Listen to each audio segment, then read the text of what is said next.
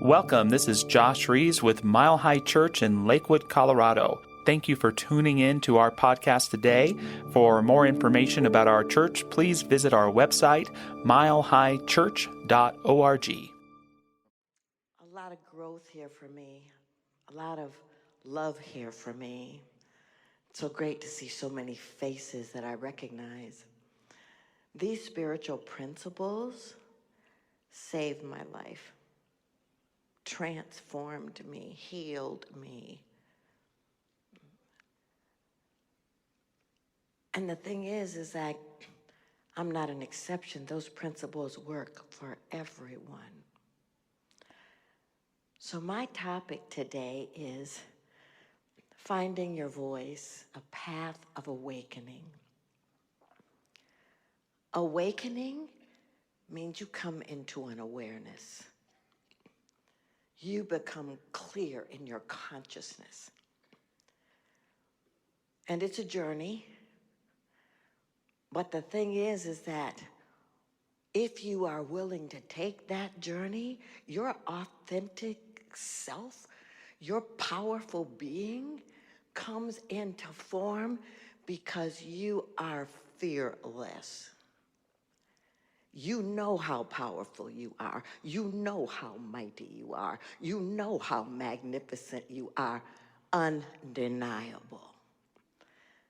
And that's what I want to talk about today. But I want you to know I didn't always know this.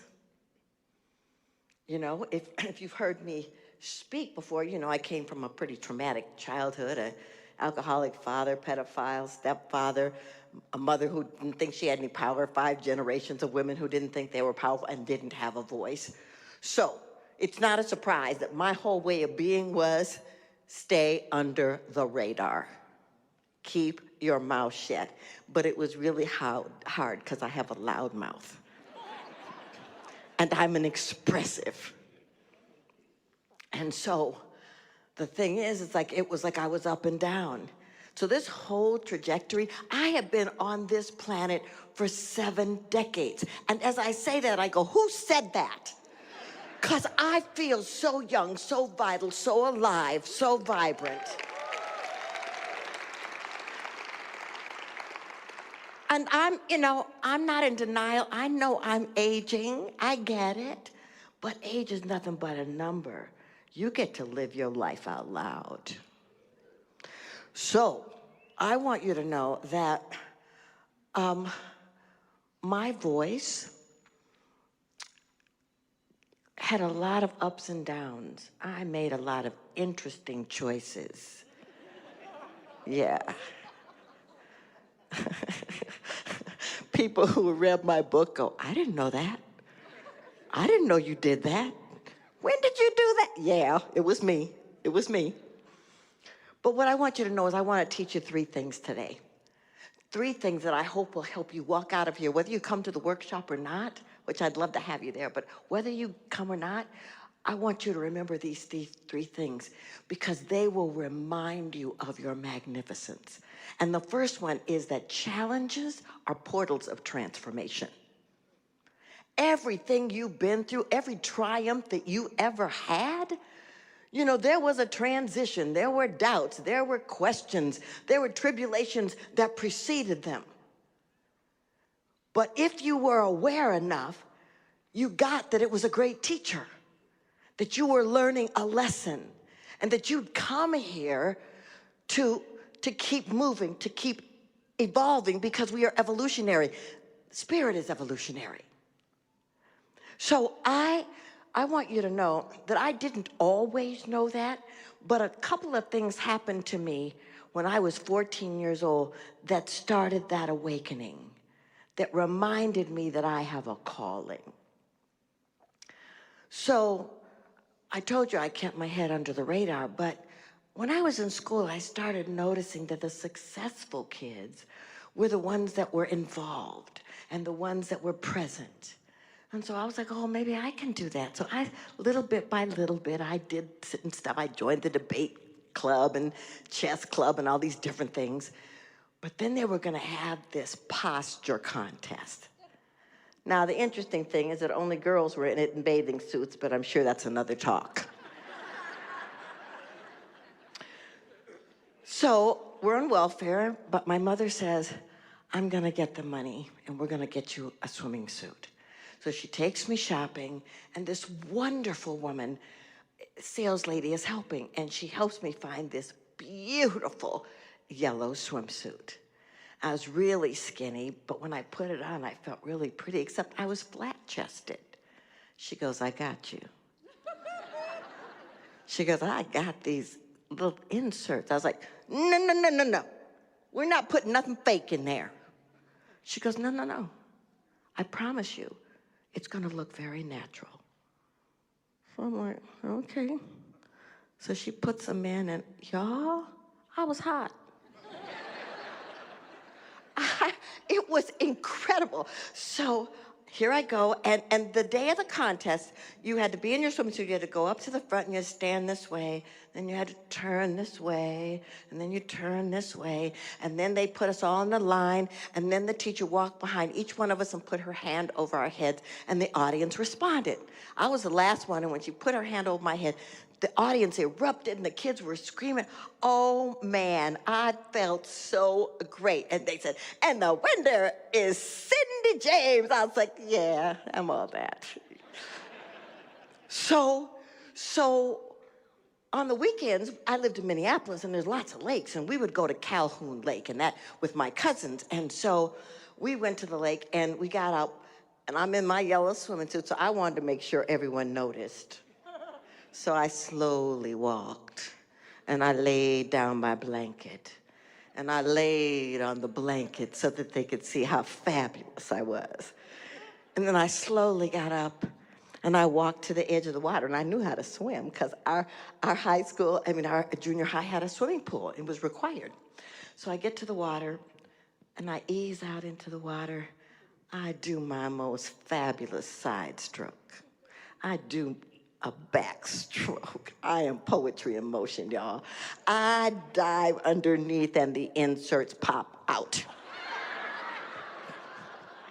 Yep.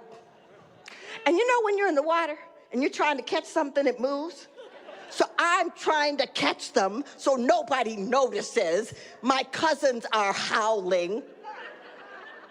I'm mortified. Finally, I get the inserts, and I walk out demoralized.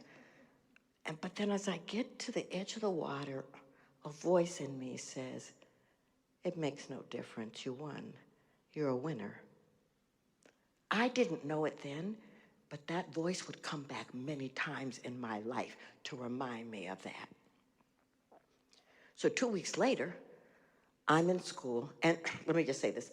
Anybody black in this audience will understand what I'm about to say. When black people get in water, our hair goes out and up and can look kind of crazy, whereas Caucasian hair goes like this.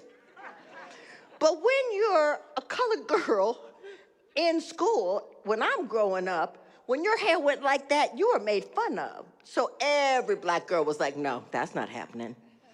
We had all kinds of crazy stuff we did to straighten our hair.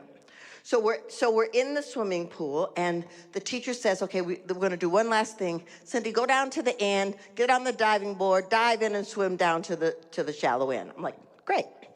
So, we wore 2 swimming caps and stuff underneath so our hair wouldn't get wet. And so I get up there on the edge, and I dive in, and my swimming cap pops.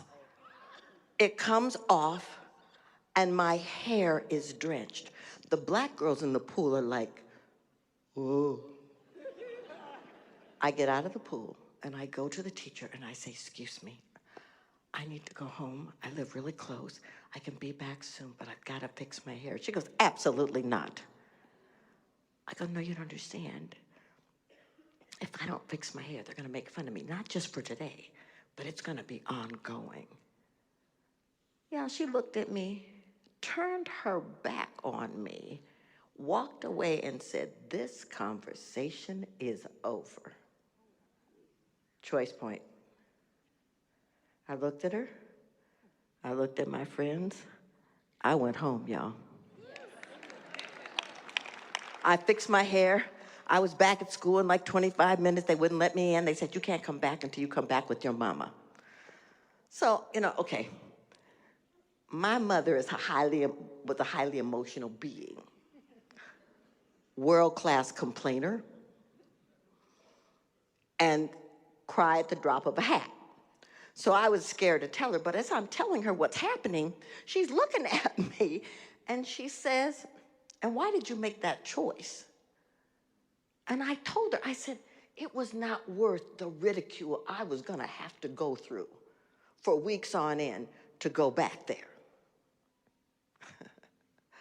She says, "I see." So she takes me, and we're sitting with the principal, and he's like, "Your daughter was disobedient, and she wasn't following the rules, and she defied the teacher." And he's like, "Nah, nah, nah, nah." And my mother's just sitting there. She's not being emotional. I'm intrigued. So she says, "Well, first of all, my daughter is not disobedient. She's an A student. She follows the rules. She's involved in a lot of activities. But do you have any idea how hard it is to be a colored girl in this school at this time?" So she took care of herself. So whatever punishment you want to dole out, we'll take it. He goes, "Fine." He says, "She'll be on probation after school for 2 weeks." My mother said, "Fine." And he hands me this piece of paper to go back to class. So the interesting thing is we walk back to class in silence. But when we get to the door, she says, "I do not like disobedient children. But what I want you to know is that I'm proud of you. You took care of yourself. And that is one of the most important lessons you can learn." She kissed me on the cheek. She walked away, and we never spoke of it again. That was a transformative moment. What I want you all to know is that when those challenges drop in your face, you get to choose. You are choosing in every moment. The question becomes, how are you making the choices? Are you making the choices from a place of consciousness and clarity and self-care and being in integrity with your soul? That's the thing. Because you are here for a reason. You are not broken. There is nothing to fix. You are here to stand in the truth of your power and your present moment by moment by moment. Make no mistake. Second thing, judge not by appearances. Listen, I'm very clear we're looking at an interesting world. Division, division, divisions. Nations and countries and politicians and religions and families and men and women and on and on. I get it. But my question is, how come we don't see each other? How come we don't love each other? How come we don't honor each other? How come we don't understand that we are interconnected, that there's only one? And you know, by the way, it's not easy when you're spiritual to have those other ugly thoughts because you want to push them away. But hey, deal with them.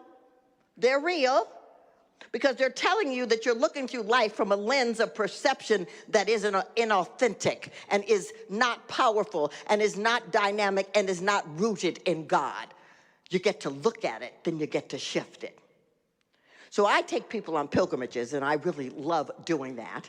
And last year in November, I was in Egypt. And Carl and I, it was the first day, and it was our day of, you know, kind of getting over jet lag and resting. And so there was this beautiful pool in our hotel, and so we were at the pool, and in walks this couple, and it was a Muslim couple, and I knew that because the woman was covered, she had black around here and all on her shoulders and her body, and it was the light fabric, but it was still black, and it was warm, right? And she clearly wasn't comfortable in the water, but her husband was so loving with her. And he got her in the pool, and he was showing her what to do and how to move, and I'm just watching. And then my mind starts going, I wonder if she's hot. I wonder if she likes wearing all that stuff. And then I went down this rabbit hole about women and how we're being treated. And I mean, I was gone, y'all. I don't know how long I was at that pool, but I was zipping out. So the next day, we are in having breakfast, and this woman and her husband walk in, and she's exquisitely beautiful. I do not know what made me do this, but I got out of my seat and I walked over to them and I said to her husband, "Do you speak English?" He said, "Yes, we do." And so I turned to her and I said, "You are exquisite. You are so beautiful." And then something miraculous happened. She looked at me and she said, "I have loved you from the moment I saw you." She said, "You walk with this confidence. And the way you were moving and working out in the pool to the music, it was so free. I want that." I look at her husband, who's like this. I look around, all these people are looking, and I'm like, whoa. And I'm smiling, and then out of nowhere, she throws her arms around me and gives me such a hug of love that it was like nobody else was in the space. And I was like, oh, this is oneness. This is not Muslim, African American, Christian, whatever. This is oneness. And I thought, what stops us from doing that? There's no separation in God. We're one. We may like different things, come from different cultures, practice different things, but everybody wants to be loved. Everybody wants to be heard. Everybody wants to be seen and acknowledged. Everyone. And if you do not do that, then you are participating in separation. I want you to know that I feel emotional when I even tell this story because it was so real. That lady and I knew we'd never see each other again, but in that moment, love was the answer. What I want you to know is that it's easy to control masses of people by feeding them fear, telling them that we're separate, that they don't matter, or they don't matter, or they're wrong, but that is so much hooey. That is a spiritual term.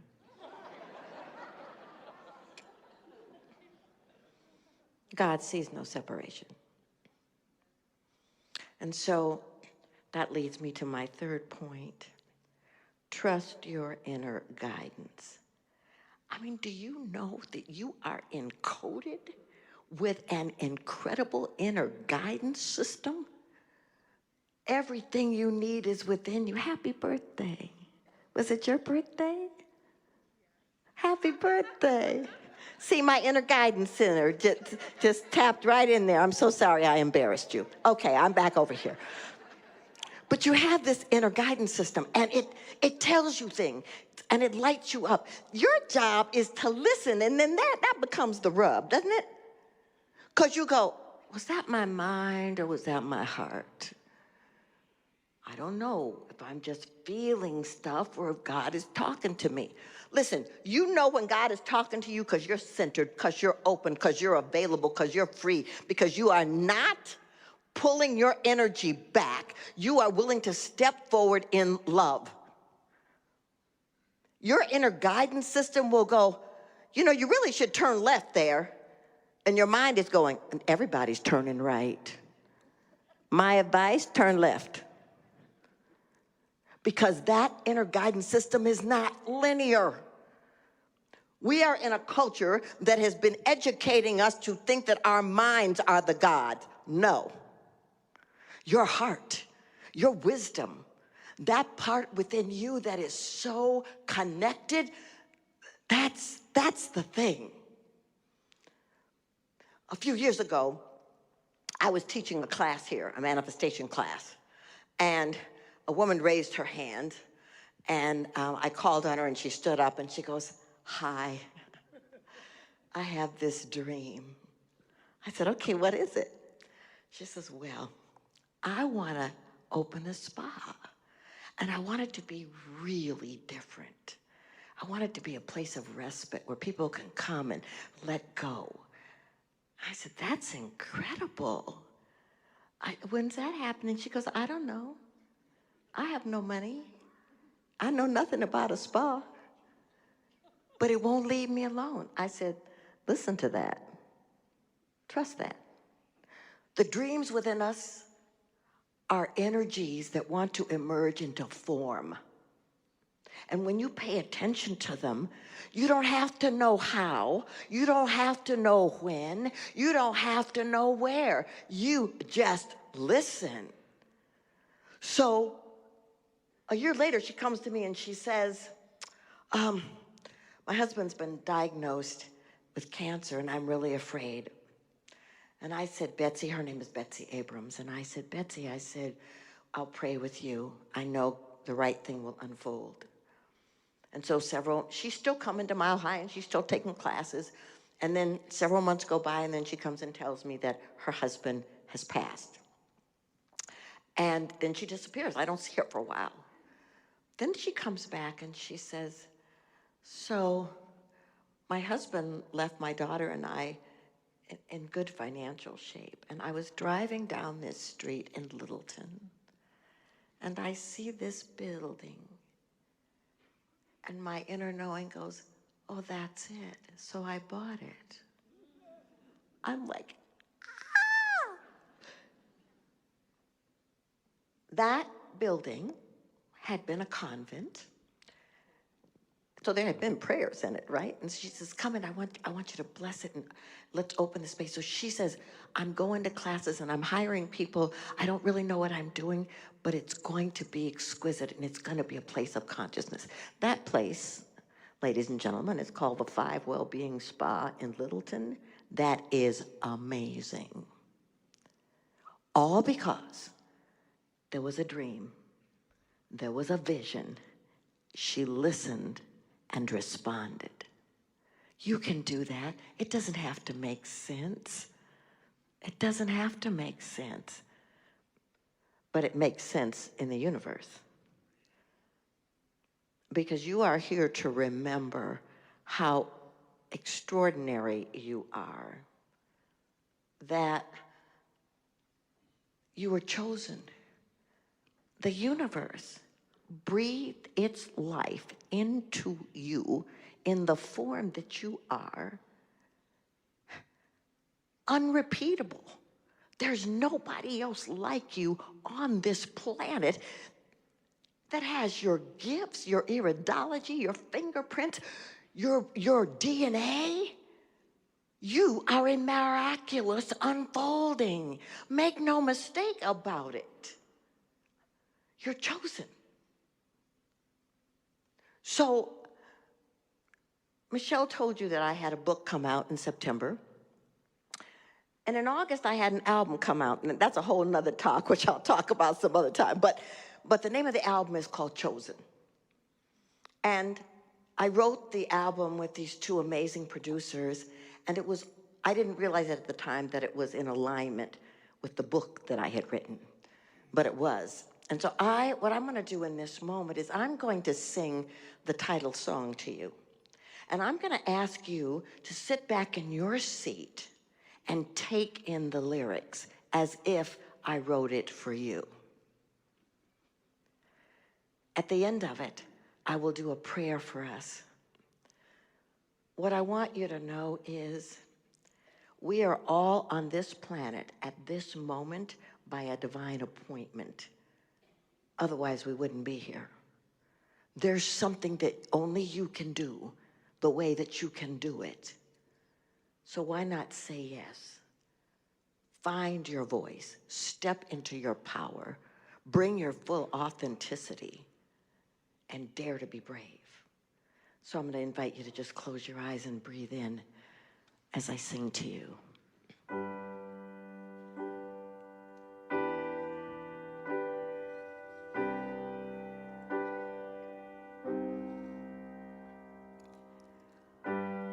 was chosen, my destiny assured. Beyond circumstances, I'm here to be heard. I knew I was chosen. How'd I land in this place? Tired of being frozen, tired of the rat race. I knew I was chosen beyond the hurt inside. The ways I was treated, my dreams were denied. I knew I was chosen, release the pain inside. Dare to be seen, decide not to hide. The voice within told me, have no fear. Voice of 1,000 angels will guide you, my dear. Voice within told me, release the fear.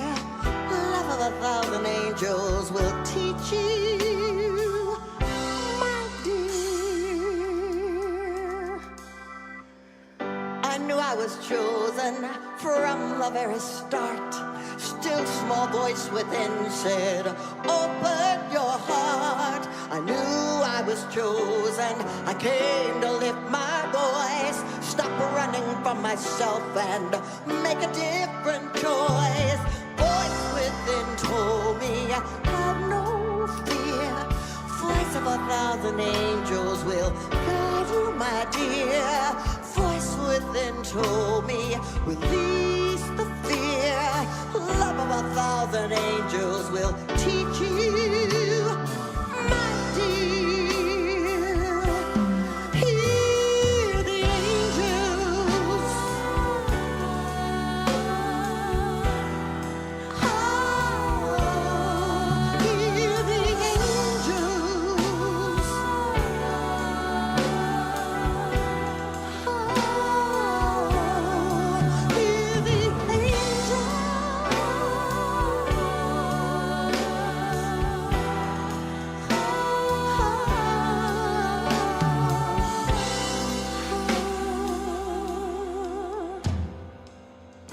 I knew I was chosen for this moment in time. I'm here as a blessing, no reason or rhyme. I knew I was chosen, I'm well on my way. I stand in my power, I'm here to stay. I knew I was chosen.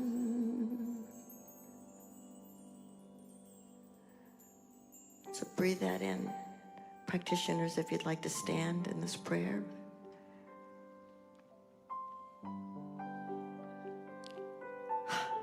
How wonderful to remember that we were chosen. That we are extraordinary expressions of a divine intelligence that is eternal.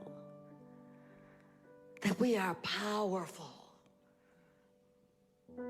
Because we are emanations of something that is ever evolving, ever shifting, ever creating, ever expanding.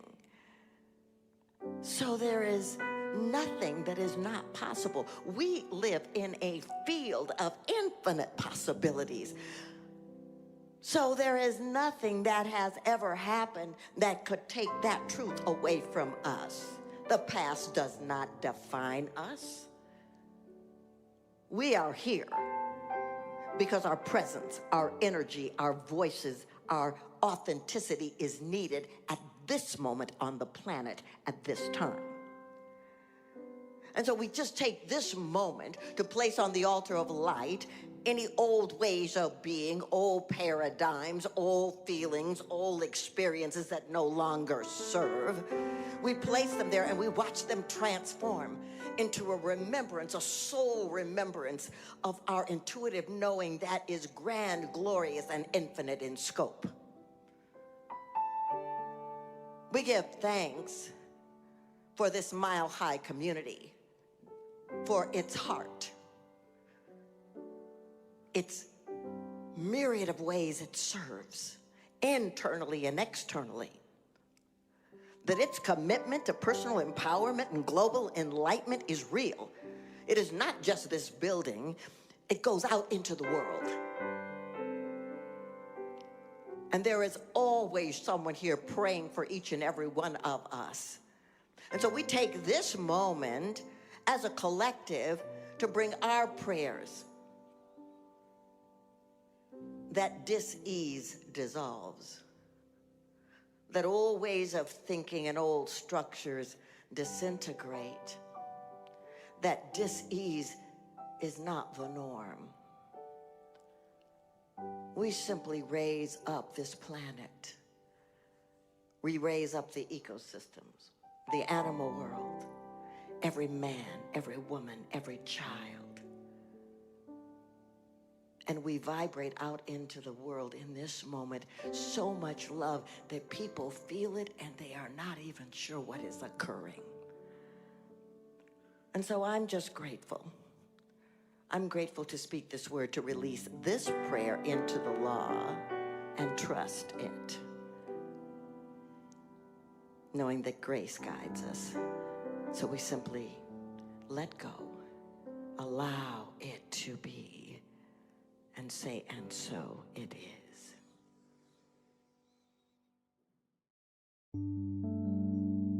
Thanks for listening to the Mile High Church podcast. This podcast is made possible by the generous contributions from listeners like you. To make a donation, please visit milehighchurch.org.